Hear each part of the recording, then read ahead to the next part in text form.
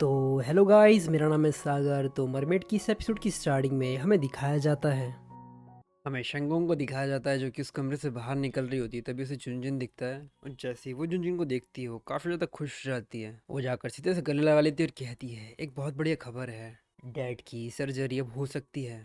और ये कहते हुए काफ़ी ज़्यादा खुश होती है। जुनजुन भी उस खुशी में उसका साथ देता है कुछ इस तरीके से। इसके बाद वो उसका हाथ पकड़ती है और कहती है चलो मैं तुम्हें दिखाती हूँ, मुझे तुम्हें किसी से मिलाना है जो कि डैड का सर्जन है। उससे मैं पहले भी मिली हूँ तो चलो तुम भी उससे मिल लो। जुनजुन कहता हाँ ये सच में काफ़ी बढ़िया कोइंसिडेंट है कि तुम उसे पहले से ही जानती हो। लेकिन तभी वो थोड़ा हैरान होता है और कहता है क्या तुम उसे पहले से ही जानती हो। शेंगोंग कहती हाँ उसका नाम है लियू जो कि मेरा नेबर था। और डॉक्टर बो ने कहा कि वो सुपर मैजिशियन है क्योंकि उसके कोई भी पेशेंट को आज तक कुछ भी हार्म नहीं हुआ है। ये कहते उसके पास लेकर जाती है उसे और उसे लात मारते हुए कहती है लेकिन जैसे वो यहाँ पर आया वैसे ही वो यहाँ पर आकर सो गया और उसने कुछ किया नहीं, एक सूअर की तरह। जैसे ही वो जुनजुन की तरफ देखता है, जुनजुन उसकी तरफ देखकर अपने मन में कहता है भले ही वो मर के भी वापस आ जाए मैं उसे काफ़ी अच्छी तरीके से पहचान लूंगा। वो उसकी तरफ गुस्से में देखते हुए कहता है यही है मेरा नंबर 1 राइवल जो कि शेंगवोंग को मुझसे मुझसे छीन कर लेकर जा सकता है। इसके बाद वो कुछ सोचने लगता और कहता है और बाद में ये भी कहा गया था कि वो सर्टिफिकेट के लिए गए थे,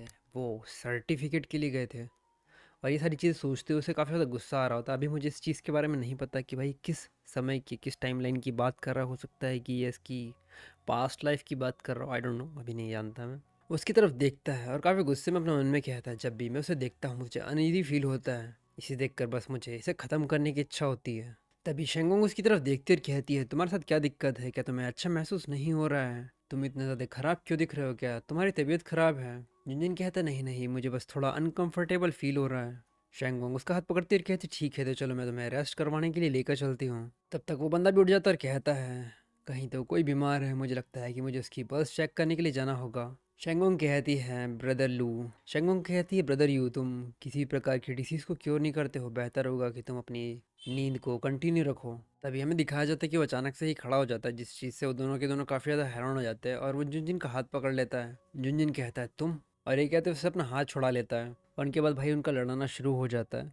और उसके बाद हमें दिखाया जाता है कि सामने चल क्या रहा होता है, वो अपने मूव्स दिखाते हैं। शेंगोंग उनकी तरफ देखते रह कहती है क्या क्या ये किसी प्रकार की मार्शल आर्ट्स मूवी बना रहे हैं। तभी वो जुनजुन के हाथ को पकड़ लेती है। शेंगोंग उसके पास जाती है और कहती है चलो छोड़ो भी, ब्रदर यू सच में एक सर्जन है, तुम्हें इन सारी चीज़ों पर ज़्यादा ध्यान देने की ज़रूरत नहीं है। जुनजुन उसकी कोई भी बात नहीं सुनता और कहता है इन सारी चीज़ों की कोई भी ज़रूरत नहीं है, मेरे सामने से साइड हटो। और ये कहते हुए वहाँ से निकल जाता है और ये कहते हुए वहाँ से शेंगोंग को लेकर निकल जाता है। वो अपने मन में कहता है मैं इस चीज़ को बहुत अच्छे तरीके से जानता हूँ कि लियू डिसीज़ को क्योर कर सकता है। उसके बाद उसे एक फ्लैशबैक याद आता है जहाँ पर हमें दिखाया जाता है कि वो उसके घर में बैठा होता है, जुनजिन के घर में बैठा हुआ होता है और उसकी फैमिली से कह रहा होता है। और वो कहता है जब तक जुनजिन मेरी सिस्टर को जाने देता है मैं उसकी ये स्ट्रेंज डिजीज़ जो कि उसे खून चूसने की लालसा होती है उस चीज़ को ख़त्म कर सकता हूँ, मेरे पास उसका क्योर है।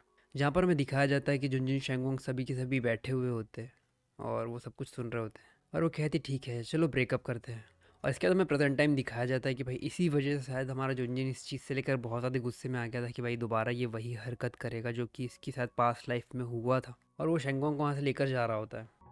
तो ये एपिसोड यहीं तक। अगर आपको ये एपिसोड पसंद आया हो तो प्लीज़ लाइक और कमेंट करके ज़रूर बताना कि आपको ये एपिसोड कैसा लगा। और अगर आप चाहते हो कि मैं इसी प्रकार की और भी बढ़िया बढ़िया एक्सप्लेनेशन लाऊं तो चैनल को सब्सक्राइब करना मत भूलना।